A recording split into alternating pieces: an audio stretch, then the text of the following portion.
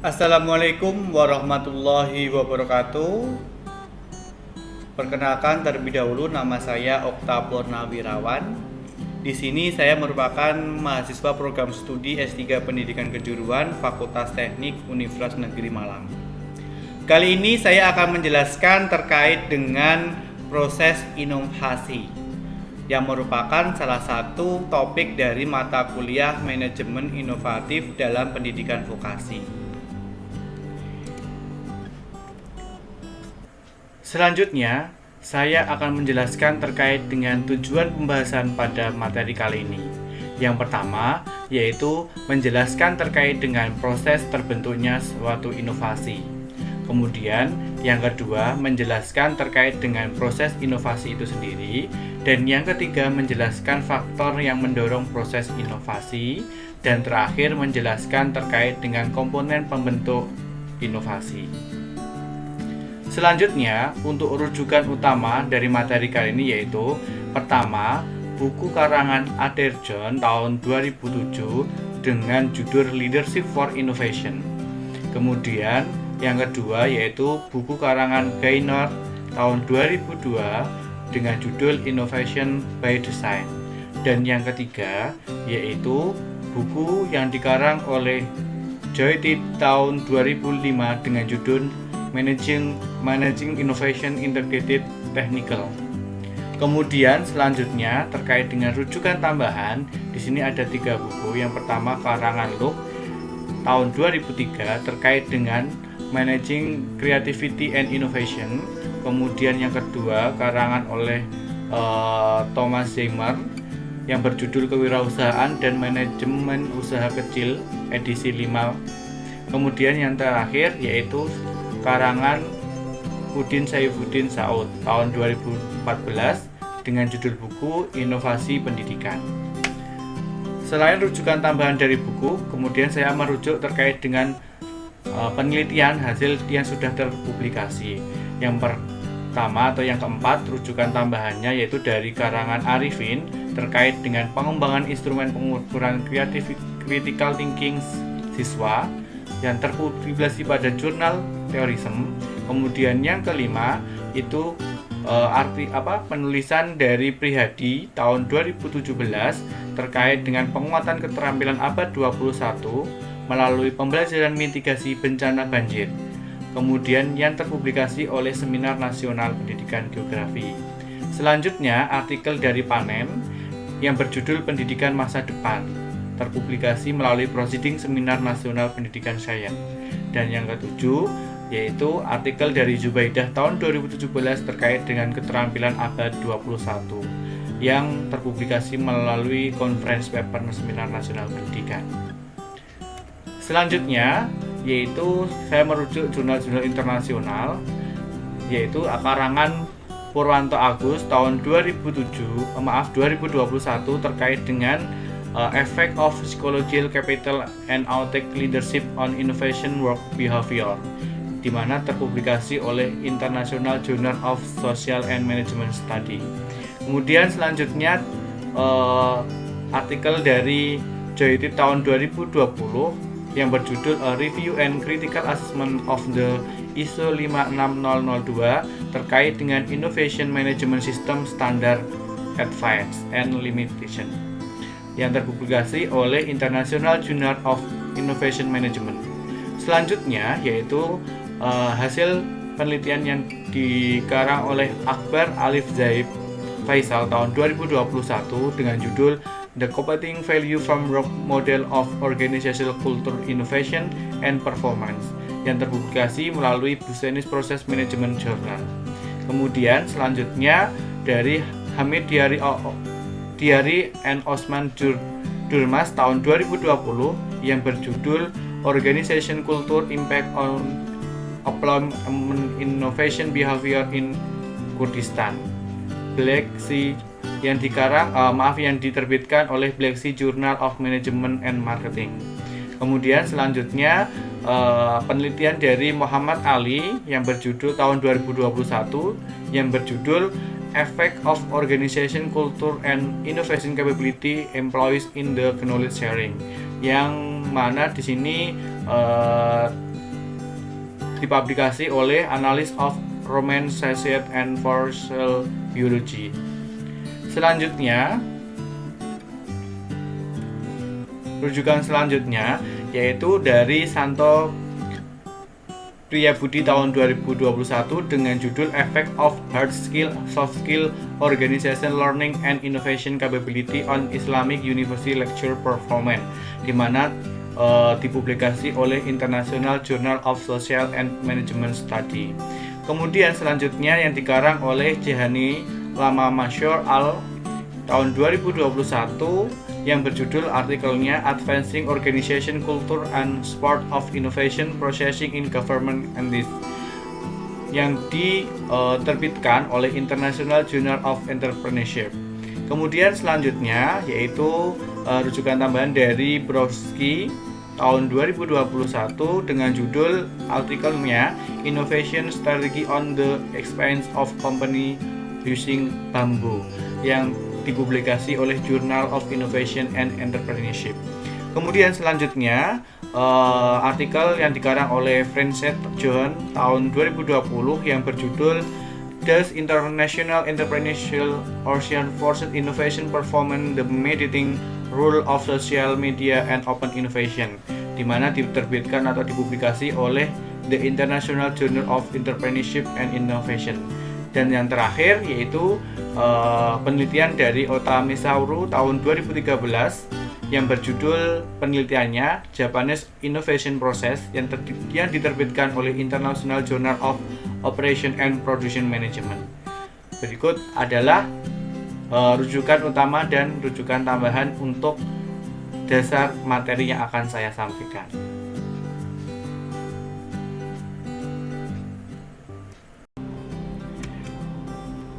Di sini saya akan menjelaskan seorang inovator sukses yang bernama Thomas Alva Edison. Dia merupakan inovator sukses yang berasal dari Amerika Serikat, di mana penemuannya yang sampai saat ini kita gunakan yaitu terkait dengan bola lampu listrik. Thomas Alva Edison ini merupakan inovator yang memiliki 1000 lebih inovasi yang sudah dipatenkan. Lantas bagaimana seorang Thomas Alva Edison itu mempunyai inovasi sehingga memiliki 1000 lebih hak paten?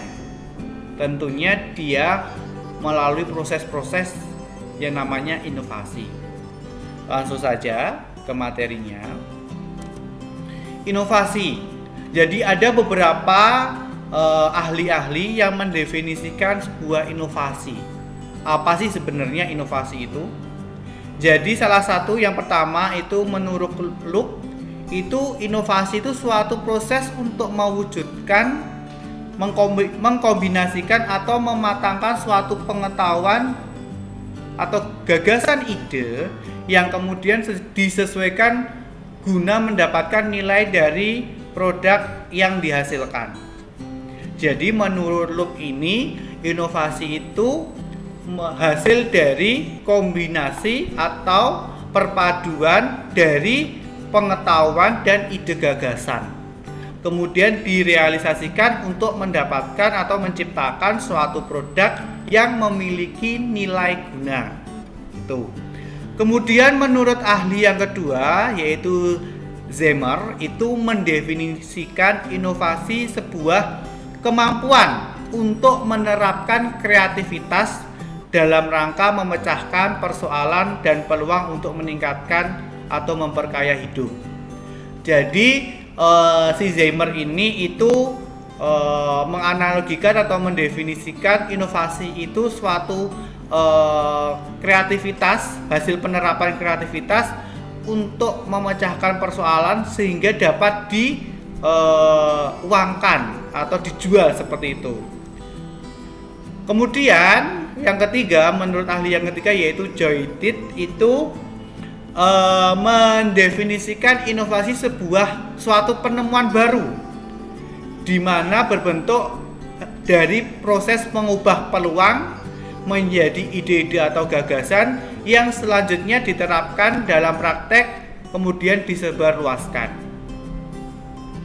Kemudian ahli yang keempat, yaitu menurut Gerald Gaynor, itu inovasi sebuah ide atau gagasan yang dikembangkan menjadi sebuah konsep dan didasarkan pada penemuan, kemudian dikembangkan, diciptakan, disebarluaskan, yang terakhir digunakan. Dari beberapa ahli ini tadi, ada 4 ahli yang saya jelaskan. Kemudian saya jadikan satu. Menurut saya, inovasi itu hasil dari pengembangan ide atau gagasan di mana didasarkan atas peluang-peluang yang ada dan perkembangan ilmu pengetahuan sehingga menghasilkan suatu produk. Nah, produknya ini bisa berbentuk barang, jasa, atau bentuk yang lain seperti itu, yang memiliki nilai kebaruan. Nah, ini ditekankan pada sini nilai kebaruan, kemudian baru disebarluaskan sehingga dapat digunakan dan dimanfaatkan.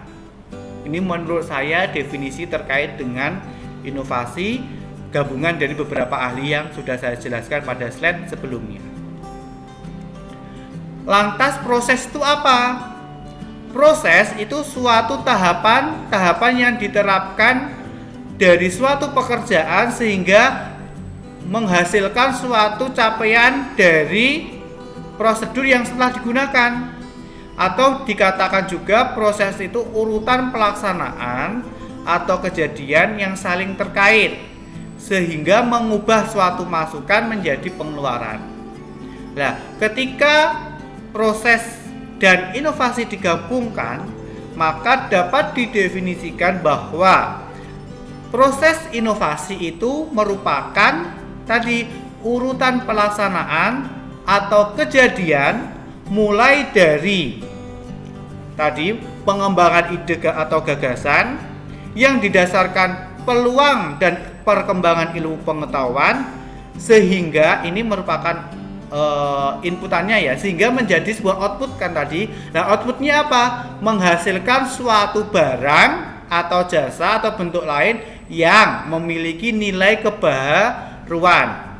Habis itu proses selanjutnya disebarluaskan dan dapat digunakan serta dimanfaatkan. Itu definisi proses inovasi.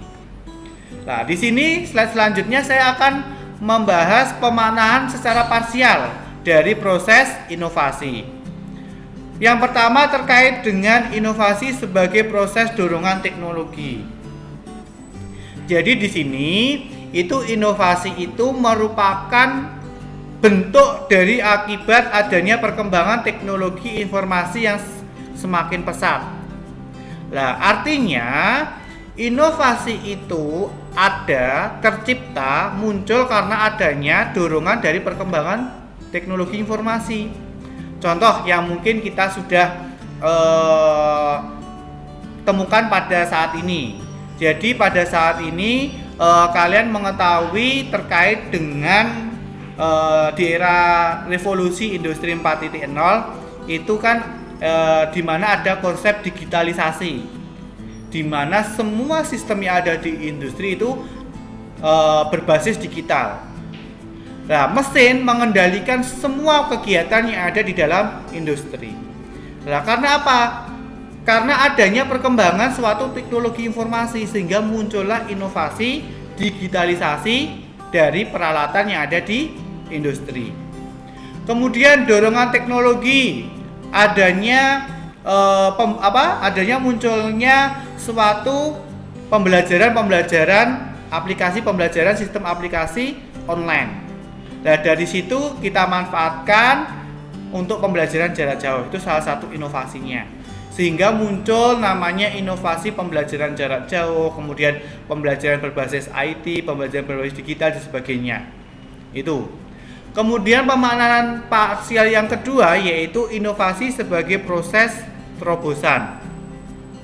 Nah, di sini inovasi sebagai proses terobosan ini bahwa inovasi itu suatu terobosan dari pemecahan masalah untuk pemenuhan kebutuhan hidup manusia. Misalkan saya berikan contoh di sini. Di era sekarang ini kan manusia itu menuntut dirinya atau menginginkan bahwa bagaimana caranya itu misalkan untuk membeli atau memenuhi kebutuhan sehari-hari itu supaya efektif, efisien dan cepat seperti itu. Nah, dengan adanya kebutuhan itu muncullah inovasi pembelian online seperti itu, misalkan adanya aplikasi Bukalapak, kemudian ada aplikasi Tokopedia dan sebagainya. Itu salah satu inovasi produk aplikasi pembelian berbasis online untuk memenuhi kebutuhan manusia yang tadi. Nah, selanjutnya yang ketiga, inovasi sebagai perubahan. Inovasi itu dikatakan sebagai bentuk perubahan. Mengapa demikian? Karena ketika suatu adanya inovasi baru, itu akibat dari adanya inovasi sebelumnya yang mungkin dikembangkan atau karena adanya celah kekurangan, kelemahan, sehingga bagaimana menutupi kelemahan, kekurangan itu diciptakan inovasi selanjutnya. Contoh misalkan inovasi sebuah teknologi komputer. Tentunya teknologi komputer yang saat ini kita temui itu didasarkan adanya perubahan-perubahan dari adanya komputer-komputer sebelumnya. Itu. Kemudian bisa dikatakan bahwa karena kondisi lingkungan perkembangan sosial masyarakat. Nah, karena adanya sekarang misalkan contohnya media sosial, ada WhatsApp, Telegram, Facebook, Instagram, itu kan produk-produk media sosial.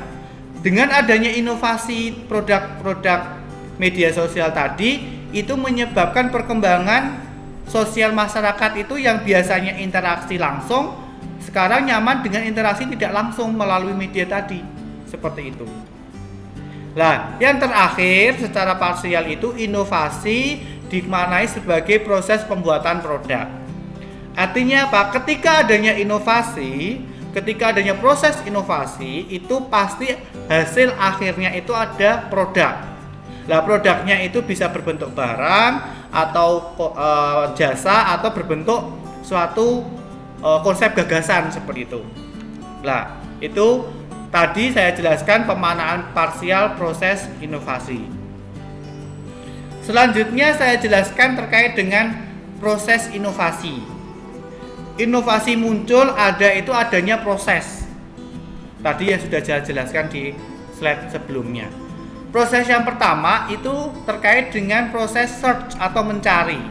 Di mana pada tahapan yang pertama ini suatu inovasi muncul karena kita menganalisis suatu peluang yang terjadi sehingga muncul suatu ide atau gagasan. Nah, misalkan adanya peluang pada waktu sekarang ini pandemi corona. Karena pandemi corona itu simpel saja misalkan masalah dalam bidang pendidikan, di mana pemerintah mengkaji tidak boleh adanya tatap muka secara langsung. Nah, ini suatu peluang. Nah, bagaimana peluang ini bisa kita akomodir sehingga muncul suatu ide-ide gagasan.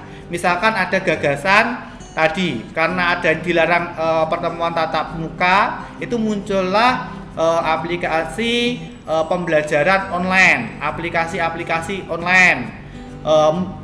Muncullah inovasi buku digital seperti itu untuk mempermudah pemahaman siswa. Sehingga muncullah sistem-sistem yang lain terkait dengan produk-produk yang dikomersilkan atau dijual seperti itu. Nah, di tahap pertama ini memang sulit karena tidak semua orang itu bisa menangkap sebuah peluang.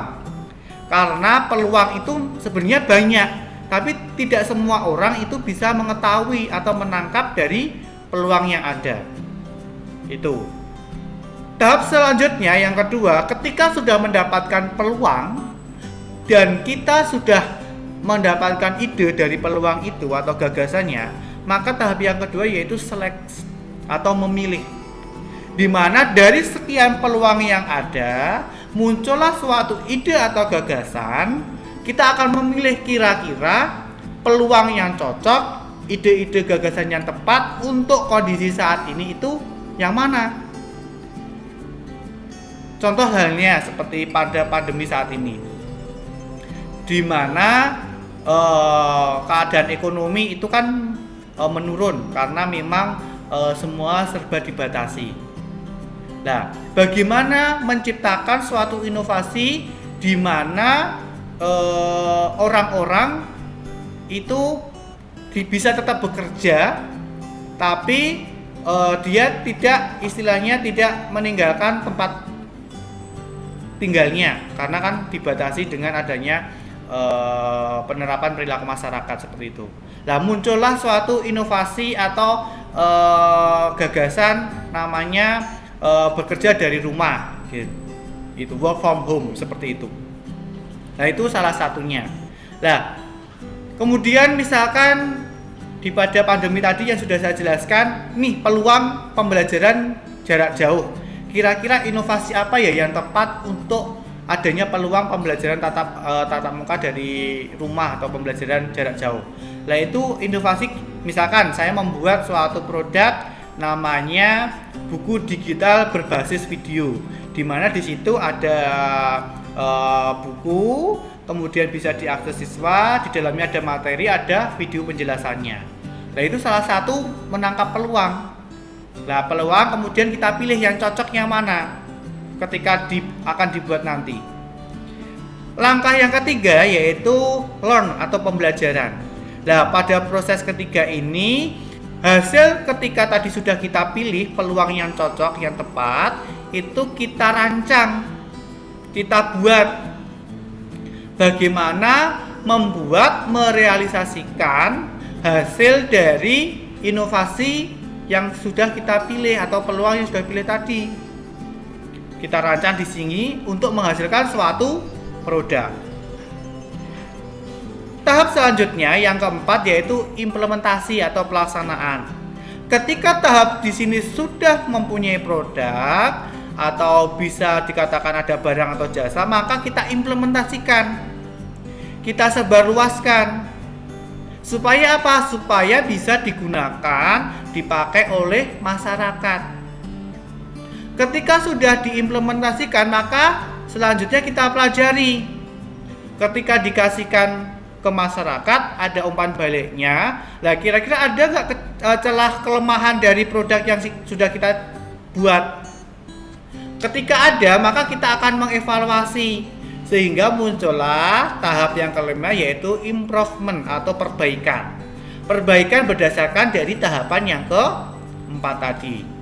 Nah, ini semua dari proses 1, 2, 3, dan 4 sampai 5 ini memerlukan suatu perjalanan namanya time atau waktu.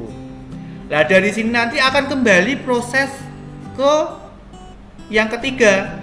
Kalau adanya perbaikan, evaluasi, kemudian diimplementasikan lagi, tidak kembali ke tahap 1. Nah, ketika di situ bisa nggak kembali ke tahap 1?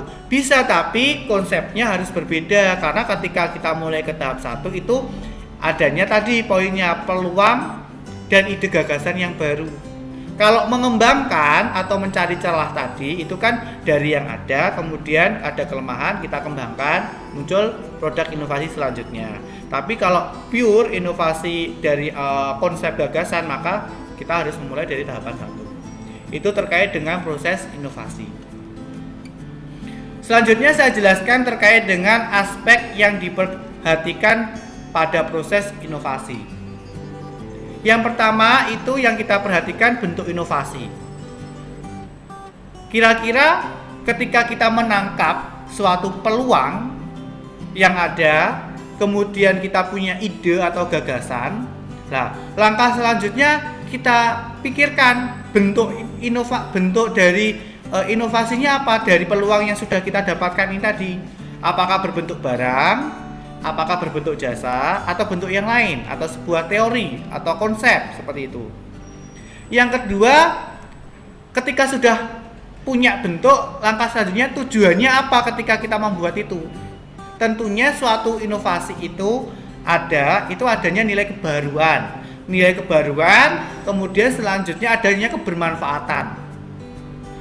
Ketika tidak ada kebermanfaatan, maka ngapain produk ini dibuat? Karena pada dasarnya inovasi itu tadi menangkap peluang-peluang yang ada karena kebutuhan.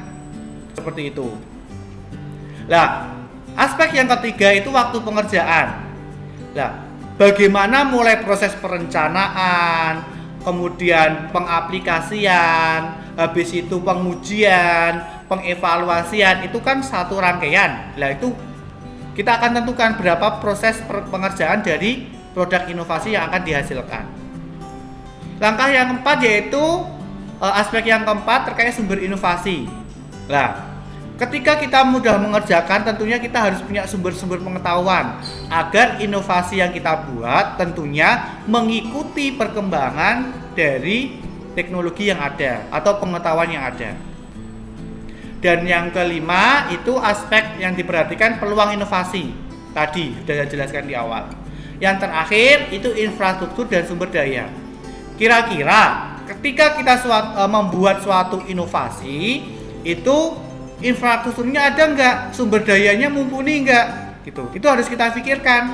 Jangan sampai kita punya inovasi yang tinggi, yang baik tentunya, tapi infrastruktur sama sumber dayanya tidak mendukung, maka produknya tidak akan jadi seperti itu. Tentunya tetap berpedoman pada tadi sumber informasi, yaitu pengetahuan dan ilmu dan teknologi perkembangannya.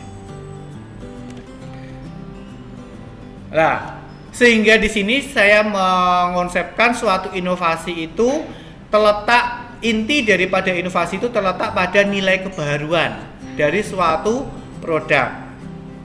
Nah, dari nilai kebaruan ini terciptalah suatu produk untuk memenuhi suatu tuntutan kebutuhan. Kebutuhan siapa? Kebutuhan daripada manusia itu sendiri. Nah, nilai kebaruan suatu produk itu didapatkan dari hasil analisis produk yang sudah dikembangkan. Karena adanya tren kebutuhan masyarakat yang semakin berkembang, maka itu perlu dievaluasi sehingga muncullah inovasi selanjutnya, versi-versi produk selanjutnya. Itu misalnya saja tentunya kalau namanya teknologi, software aplikasi, perangkat keras aplikasi itu kan ada istilahnya, ada perkembangannya. Misalkan prosesor ada dulunya Core i3, sekarang Core i5 sampai Core i7 dan sebagainya. Itu kan nanti mengikuti tren perkembangan kan, dari tahun ke tahun akan ada versi-versi yang selanjutnya. Itu. Selanjutnya saya akan menjelaskan terkait dengan model-model proses inovasi. Tadi kan sudah saya jelaskan terkait dengan bagaimana proses inovasi. Nah, di sini ternyata ada, menurut beberapa ahli itu terdapat atau membuat suatu model inovasi sendiri.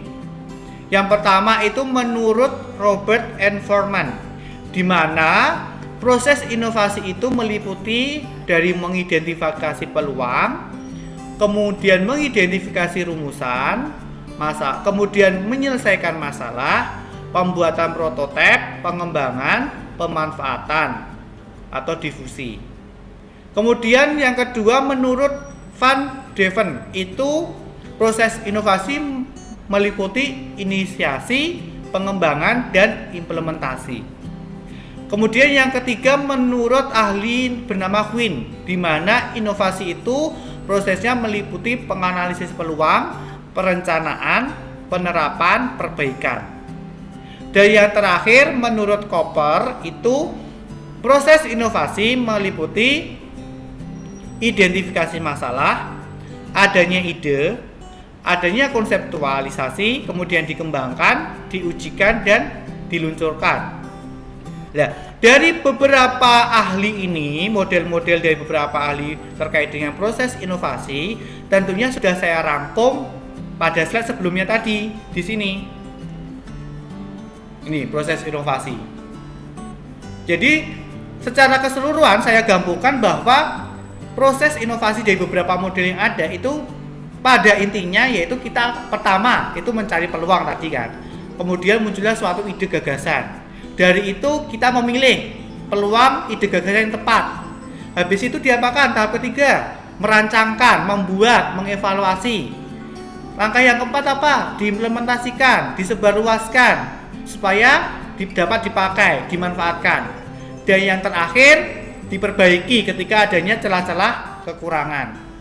Kemudian hasil perbaikan muncul inovasi selanjutnya. Itu.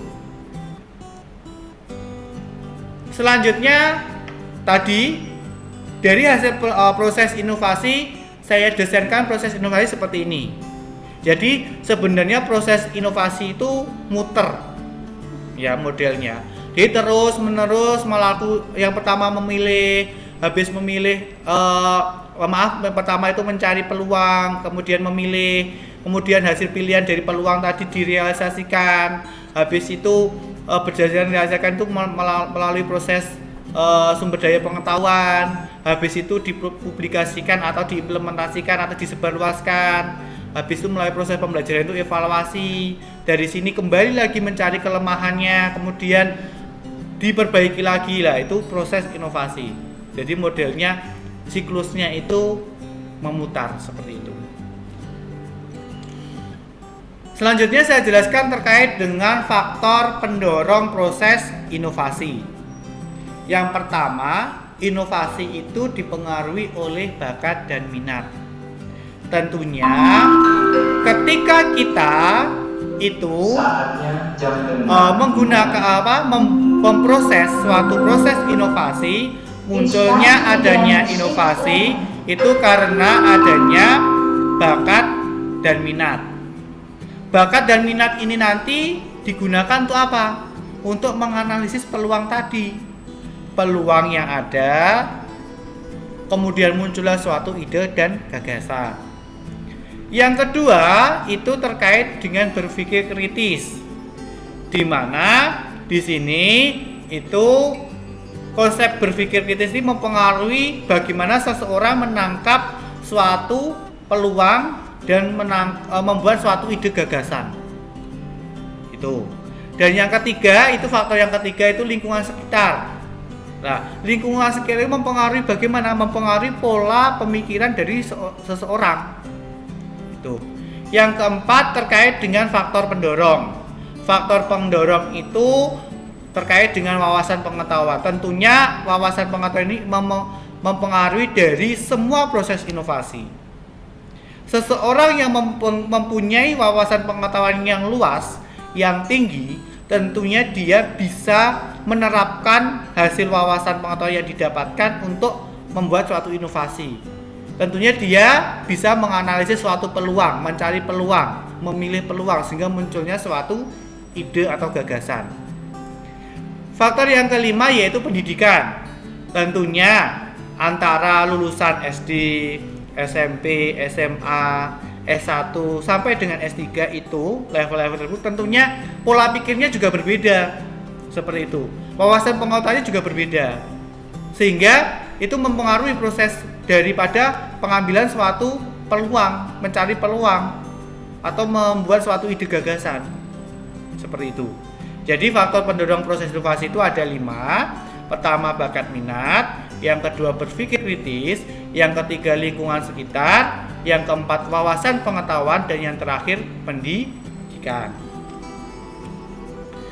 Selanjutnya saya jelaskan terkait dengan faktor yang mempengaruhi proses inovasi dalam organisasi.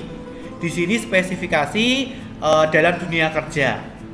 Nah, di dalam dunia kerja atau suatu lembaga atau suatu organisasi, proses inovasi itu dipengaruhi oleh apa aja? Yang pertama, gaya kepemimpinan. Gaya kepemimpinan dari seorang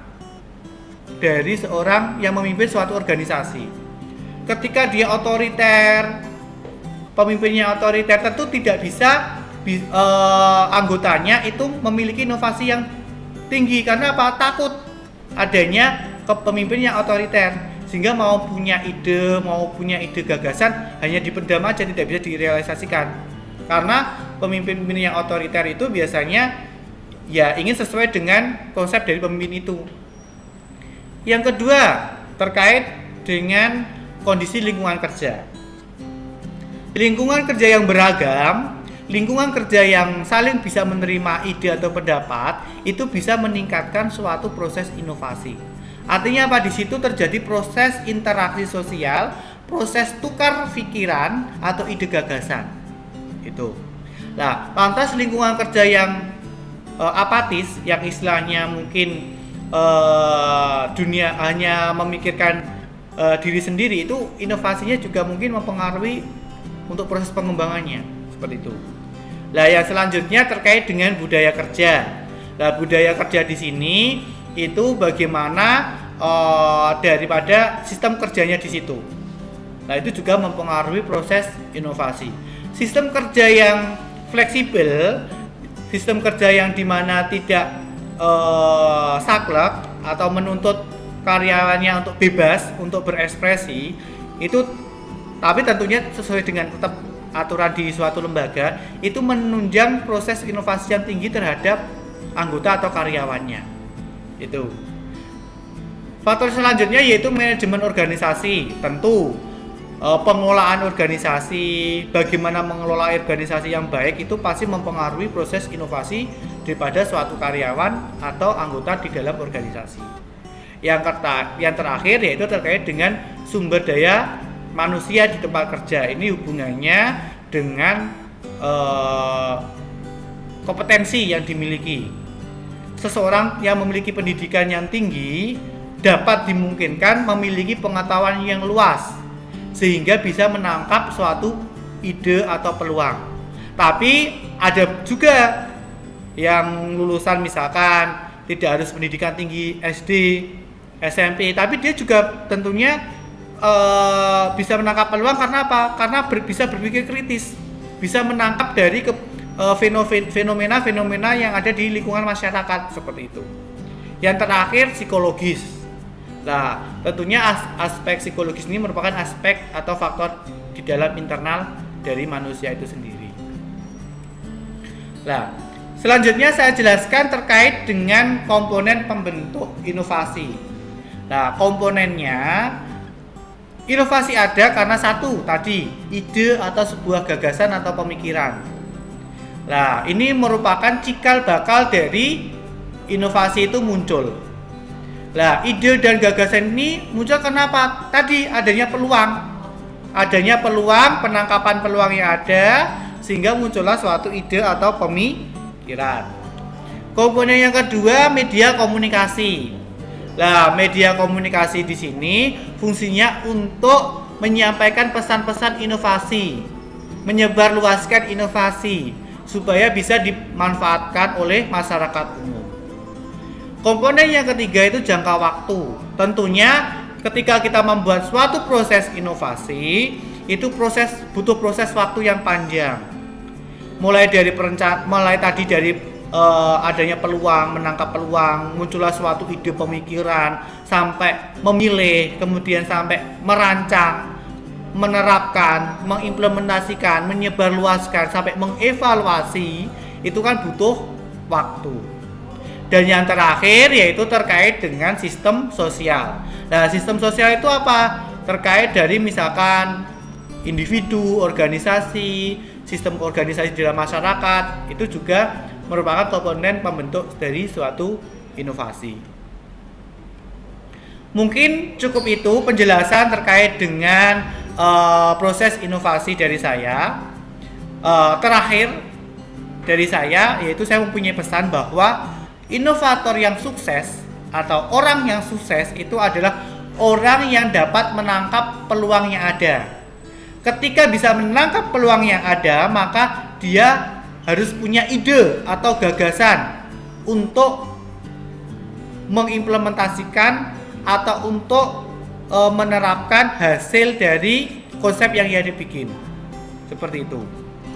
Sekian, terima kasih dari saya. Mohon maaf apabila ada kesalahan dari saya akhiri. Wassalamualaikum warahmatullahi wabarakatuh.